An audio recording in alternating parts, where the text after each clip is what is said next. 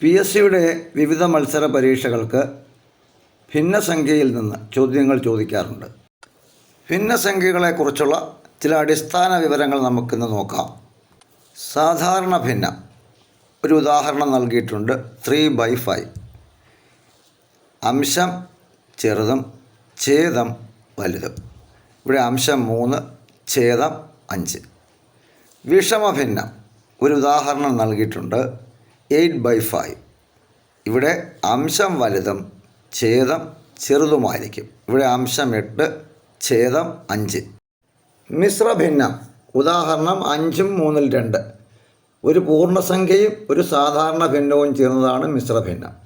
ഇവിടെ പൂർണ്ണസംഖ്യ 5, ഒരു സാധാരണ ഭിന്നം 3ൽ 2 ആണ്. 2 അംശവും 3 ഛേദവും. 5ഉം 3ൽ 2 എന്ന് പറഞ്ഞാൽ 5 അധികം 3ൽ 2 എന്നാണ്.